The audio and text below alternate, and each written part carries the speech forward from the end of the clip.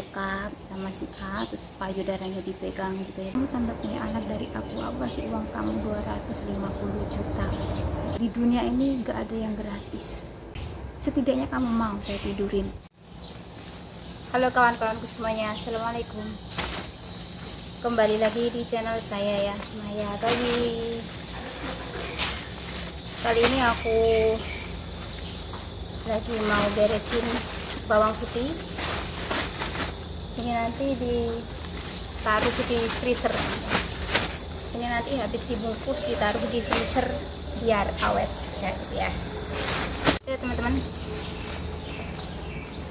di video kali ini sambil ngeberesin bawang putih, aku mau sedikit bercerita ya, tentang hidupku di sini ya, pengalamanku di sini. Ada kejadian-kejadian aneh itu ya,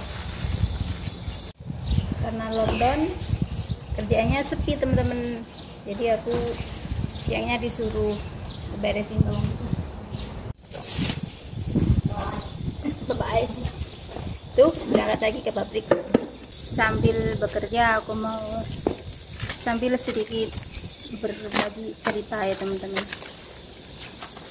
Dulu sewaktu aku masih masuk di sini ya, kontrak pertama di tahun pertama, karena saya bahasanya kurang, banyak kendala ya teman-teman, melakukan ini itu banyak yang serba salah kayak gitu ya. Terus aku banyak bertanya teman-teman, bertanya ke teman-teman gitu ya, tanyanya juga pun banyak yang salah itu. Terus teman-temanku satu pabrik ngajarin aku bicara yang benar kayak gitu ya. Singkat cerita ya teman-teman ya, memasuki kontrak pertama, memasuki tahun kedua, saya kan di sini apa ya, teman-teman di sini kan baik-baik, semua orangnya baik-baik ya, sering ngasih ini itu kayak gitu teman-teman. Kemudian yang ngasih makanan, ngasih barang, ngasih roti apa gitu ya, ada yang ngasih baju kayak gitu teman-teman ya, aku terima ya, yang niatnya orang baik ya gitu ya. Alhamdulillah di sini banyak teman yang baik gitu, satu pabrik kayak gitu. Dan pada suatu ketika kan di sini tuh yang cowok juga banyak, yang cewek juga banyak gitu pekerjaannya teman-teman. Tapi yang salesnya, yang di luar tuh semua cowok, yang di dalam banyak yang cewek gitu. Ada bagian gudang yang cowok, berapa orang ya, 2 orang, bagian mencari barang kayak gitu teman-teman. Ngajak bercanda begitu, bercanda-canda kayak gitu ya, candaan kecil-kecilan biar hangat suasananya, biar enak, enjoy kayak gitu. Ada satu teman cowok, ada satu teman cowok, dia bernama, saya kasih inisial A gitu aja ya. Dia tuh orangnya aneh gitu ya. Aku di sini kan nggak pernah dandan ya, aku pun juga ngerti posisiku, aku di sini cuma pembantu kayak gitu ya. Terus habis itu aku juga paham kalau saya itu orangnya nggak cantik gitu ya, sederhana banget, jauh dari kata sempurna gitu ya teman-teman ya. Kan terus nggak pernah berpikiran negatif ya, selalu berpikiran positif kepada siapapun, karena mereka itu semuanya baik semua ya. Kalau kasih makanan, ngasih apa-apa itu semua ngasih sih, semua teman-teman pada ngasih gitu. Tapi yang satu ini, yang cowok satu ini itu aneh. Memasuki tahun kedua di kontrak pertama, waktu aku mau libur konien yang berapa ya? Konien yang ketiga kalinya. Terus aku liburan itu kan nginep berangkat tuh Sabtu pagi, terus malam minggu aku nginep di Imit Taichung, musola Imit Taichung, sama Mbak Ana, temanku depan rumah situ ya. Mbak Ana nginep di rumah suaminya di Salu, terus aku nginep di Musala Imit Tanjung kayak gitu. Nah, sebelum aku berangkat liburan Konyan itu, yang namanya A itu ngasih aku yoyo card, teman-teman. Aku kaget, buat apa kamu ngasih yoyo card ke aku, biar enak nanti kalau kamu liburan gitu. Ini ada isinya 500 MT gitu. Aku beliin yoyo card sama isinya sekalian. Kamu kok baik banget gitu kan. Ya aku terima ya teman-teman ya. Yang namanya isinya kan teman-teman, satu pabrik itu memang terbiasa ngasih sesuatu ke aku, ngasih ini. Aku terima, dan ya itu ya kayak aku nerima kayak barang-barang dari teman-temanku yang lainnya ya gitu kan. Soalnya teman-temanku yang lainnya juga sering ngasih ini itu ke saya. Gak satu orang sih yang ngasih barang kayak gitu, banyak, semuanya, hampir semuanya ngasih ke saya itu baik semua gitu. Ngasih makanan, ngasih barang, ngasih baju, ngasih tas, ngasih sepatu kayak gitu. Terus aku pas libur di Taichung, kan malamnya di Taichung ya, di Imit Taichung, banyak sama anak-anak cewek-cewek juga di asramanya Imit Taichung, masalah Imit Taichung gitu. Terus kemudian dia telepon, si A itu telepon, kamu pulangnya kapan? Emangnya kenapa kamu tanya-tanya pulangku minggu sore, aku bilang gitu kan. Tapi aku mau jalan-jalan sama teman-teman aku. Iya, nanti kamu kalau pulang bilang mau saya jemput, kan kamu sudah ngasih yoyo card, kenapa kamu mau jemput aku bilangnya gitu. Nah, kemudian orang itu terus telepon terus pokoknya telepon terus mengganggu gitu, gak enak pokoknya. Jalan-jalan teman-teman dia telepon selalu telepon ya gitu. Terus habis itu minggu jam 2 ya, kalau nggak salah waktu itu aku sama Nur ya, satu PP sama aku ya. Kita ketemuan di Changhua, terus aku balik dari Taichung sama teman-temanku, pisah ya, dari Taichung kita pisah. Aku pisah sama teman-temanku juga, aku ke Changhua, balik ke Changhua, temanku juga pulang ke tempatnya, dia liburan sendiri juga kayak gitu. Habis itu aku ketemu si Nur sama teman-temanku satu PT, kalau nggak salah dulu itu 4 orang ya. Bu Erin, Nur sama menantunya Bu Erin sama anaknya 5 orang. Kemudian dia telepon lagi. Terus dia bilang, ya aku angkat. Ada apa sih kamu telepon terus? Ya, aku sudah di stasiun Changhua. Pulangnya kamu jam berapa? Aku disuruh majikan kamu untuk menjemputmu pulang. Ya, aku mau masih jalan-jalan ke Papuasan, teman-teman. Habis itu saya nggak tahu, aku melihat dia di depannya stasiun Changhua. Aku ceritakan Nur, orang itu di depan tuh mau ngapain ya? Nur tanya, itu siapa? Itu pekerjaan majikan, bilang gitu ke Nur. Ngapain? Mau jemput aku, disuruh majikan. Aku kirakan memang betul-betul disuruh majikan, teman-teman. Kemudian aku pulang dari Pakuasan itu, wisata Pakuasan Changhua itu jam 5 ya teman-teman. Jam 5 kayaknya, tapi aku masih makan di toko Indo. Terus aku samperin sama si A itu, dia bilang gini, aku mau ngasih sesuatu untuk kamu. Apaan? Aku mau ngasih kamu hongkai, apa ya, amplop merah, kan hari Konyan ya teman-teman ya. Ngapain sih kamu, baik banget sama aku, bilang gitu. Enggak, nggak apa-apa ya, untuk kamu. Aku dikasih teman-teman, aku buka, isinya ya lumayan gitu ya. Terus aku buka, habis itu aku disuruh majikan kamu, suruh jemput kamu pulang. Aku antar pulang ya kamu ya. Aku ya nggak berpikir 2 kali, kiranya ya memang beneran disuruh majikan gitu. Kemudian aku balik dari stasiun Changhua ke tempatnya majikan bareng orang itu ya teman-teman ya. Terus bareng orang itu, tapi orang itu nggak mau nganter sampai ke depannya rumahnya majikan tuh enggak. Aku diturunin di gang sebelah ya, agak jauh dari rumahnya majikan, agak ke sana gitu, agak ke dalam gitu ya. Terus habis itu sini kamu katanya mau ngantar aku, tapi kok sampai di sini, kok sampai tempatnya majikan.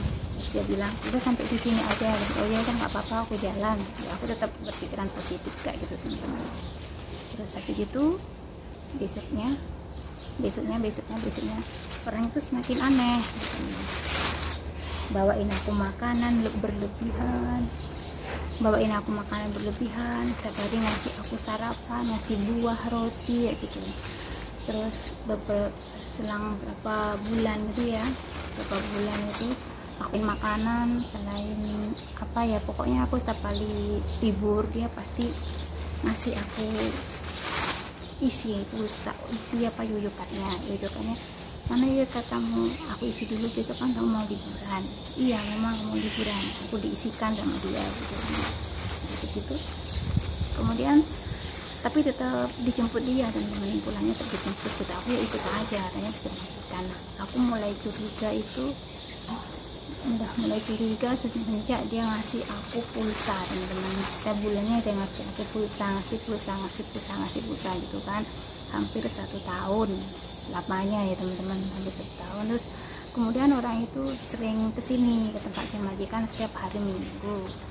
Di sini kan kalau Minggu libur, dia kesini teman-teman setiap Minggu. Terus majikan curiga gitu, ngapain sih orang situ, ngapain si A itu kok nyari kamu terus? Saya nggak tahu, aku bilang gitu kan. Saya juga nggak ngerti ngapain dia nyari aku terus, aku bilang gitu. Majikan, kamu hati-hati ya. Loh, bukannya kamu suruh jemput aku kalau aku libur? Karena aku bilang gitu, aku nggak pernah nyuruh dia jemput kamu. Masya Allah, aku diam aja teman-teman. Aku diam untuk menjaga nama baiknya dia juga ya. Karena apa, aku masih pikiran orang itu butuh pekerjaan, majikan juga butuh pekerja juga, orang itu juga kepercayaannya majikan, orang itu juga yang paling lama di sini, yang paling pinter, yang dikasih majikan lebih gitu, kepercayaan lebih gitu. Yang ditutup mulut aja ya, sampai berapa tahun nih, hampir 2 tahun gitu.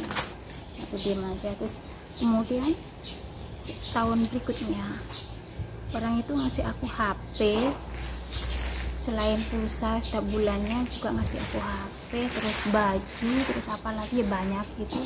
Itu aku mau ke Lukang sama si nenek mau belanja, terus dia nyamperin aku. Waktu itu aku kalau nggak salah aku lagi telepon sama si Nur gitu.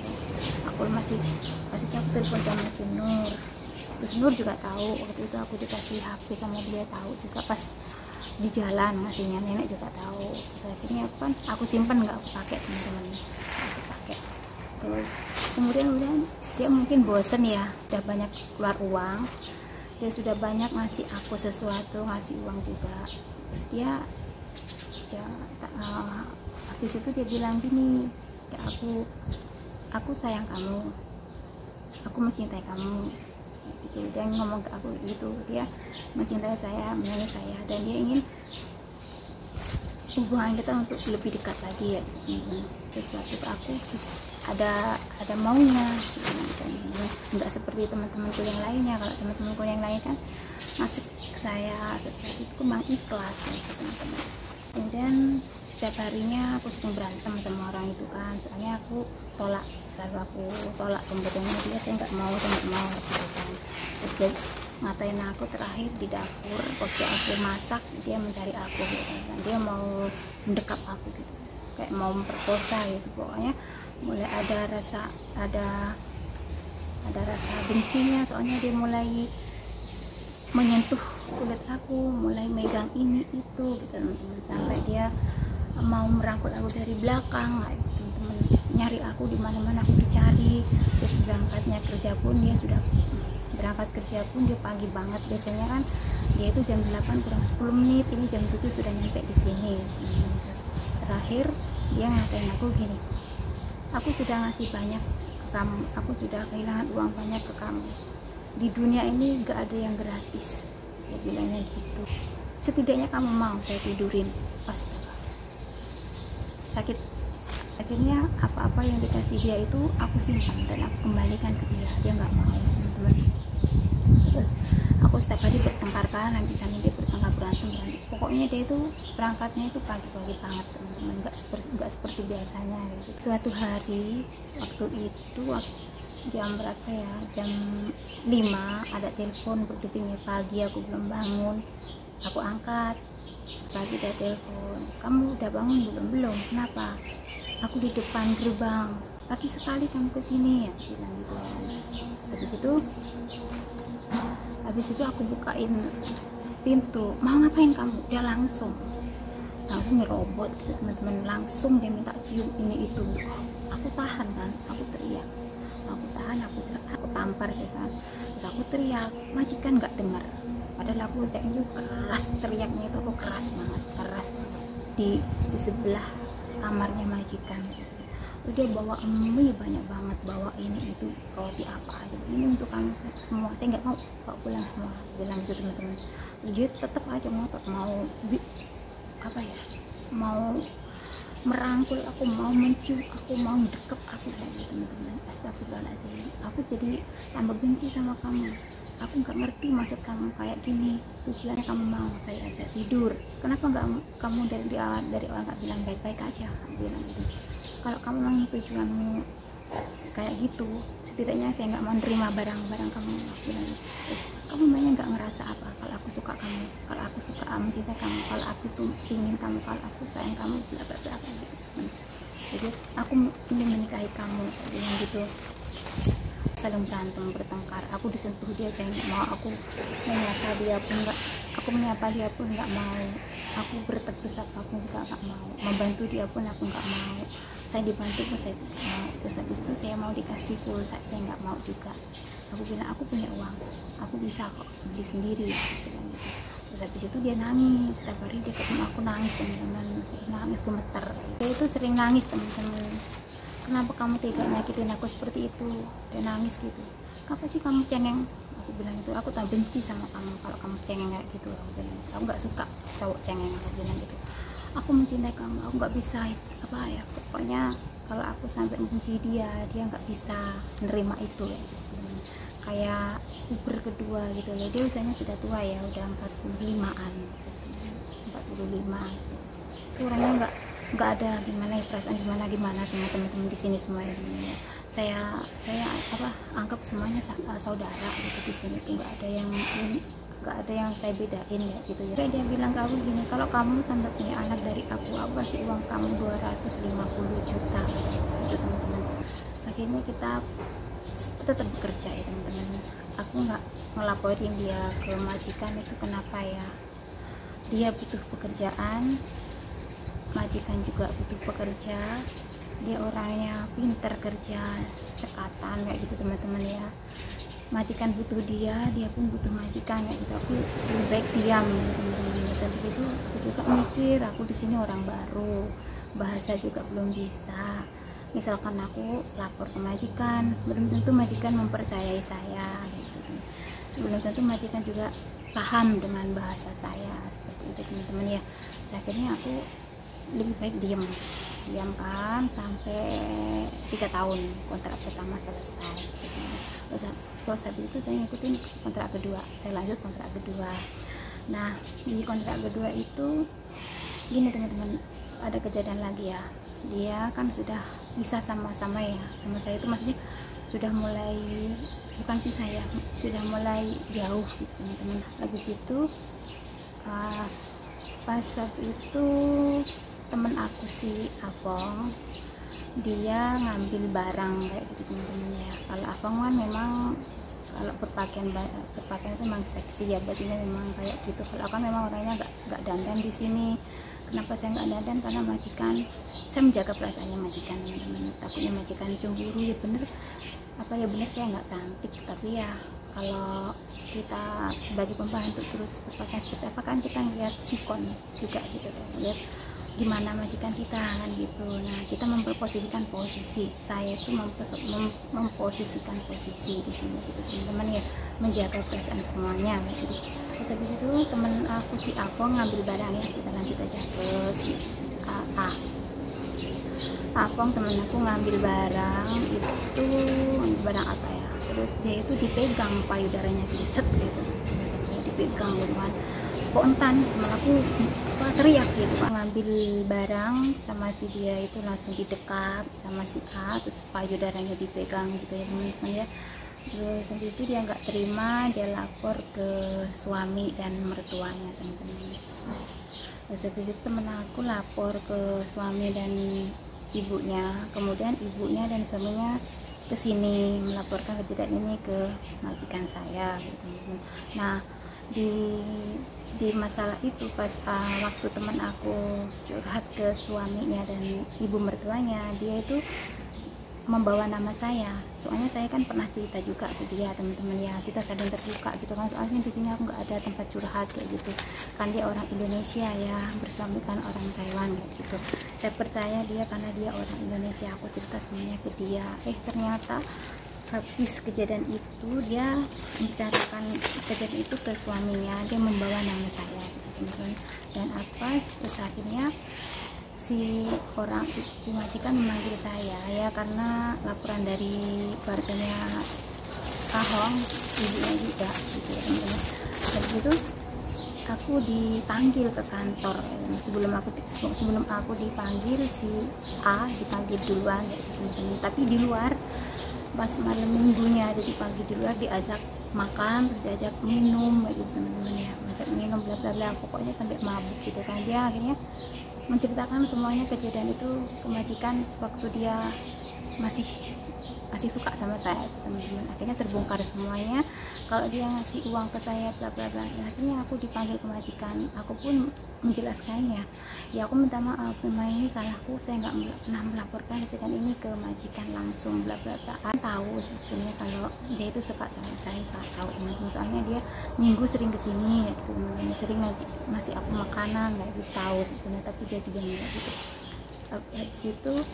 Habis itu aku cerita semuanya ke majikan, terus alasan saya kenapa saya nggak ngomong, akhirnya aku jelasin ke dia juga ke majikan. Alasanku nggak menjelaskan ke majikan itu kenapa, karena majikan membutuhkan tenaga dia pun membutuhkan pekerjaan, kalian sama-sama saling membutuhkan, perusahaan ini membutuhkan dia, bilang gitu.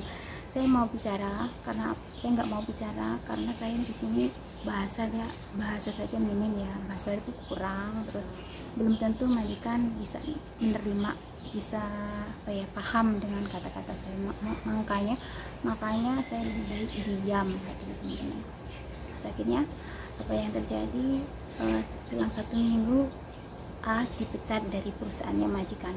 Teman-teman, majikan masih mempercayai saya, alhamdulillah. Memang kejadian itu memang nggak sampai terjadi, kalau uang, kalau HP, kalau apa iya dikasih, tapi semenjak aku berantem sama dia, barang-barangnya aku simpan, aku balikin ke dia gitu teman-teman. Terus majikan juga bilang jangan pernah menerima barang dari orang, kan orang pabrik sudah biasa ngasih barang-barang ke saya, makanya aku nggak pilih kasih, siapapun yang ngasih ke saya ya aku terima, aku bilang gitu teman-teman ke majikan. Sayangnya majikan menerima kayak gitu ya teman-teman. Dia memang masa puber kedua kayaknya gitu teman-teman ya, dia jadi lebih gimana ya, lebih agresif, lebih jiwa mudanya itu muncul lagi di usianya dia gitu teman-teman ya. Begitu ya teman-teman ceritaku, kisahku bekerja di tempatnya majikan. Cinta lokasi ya, maksudnya cinta bertepuk sebelah tangan. Saya sendiri nggak pernah ya, aku tuh orangnya sadar diri. Mungkin kejadian ini suatu pelajaran buat aku ya teman-teman, dan juga pelajaran buat kalian semuanya. Jangan gampang mudah menerima pemberian dari orang lain, lihat ya dulu sikonnya ya. Itu aja pesan aku ya. Salam sejahtera, salam sukses, sehat selalu ya teman-teman, jaga kesehatannya. Sampai di sini dulu videoku kali ini, sampai jumpa di videoku berikutnya. Tunggu kisah-kisahku yang lainnya ya teman-teman ya, di videoku berikutnya. Wabillahi taufiq wal hidayah. Wassalamualaikum warahmatullahi wabarakatuh.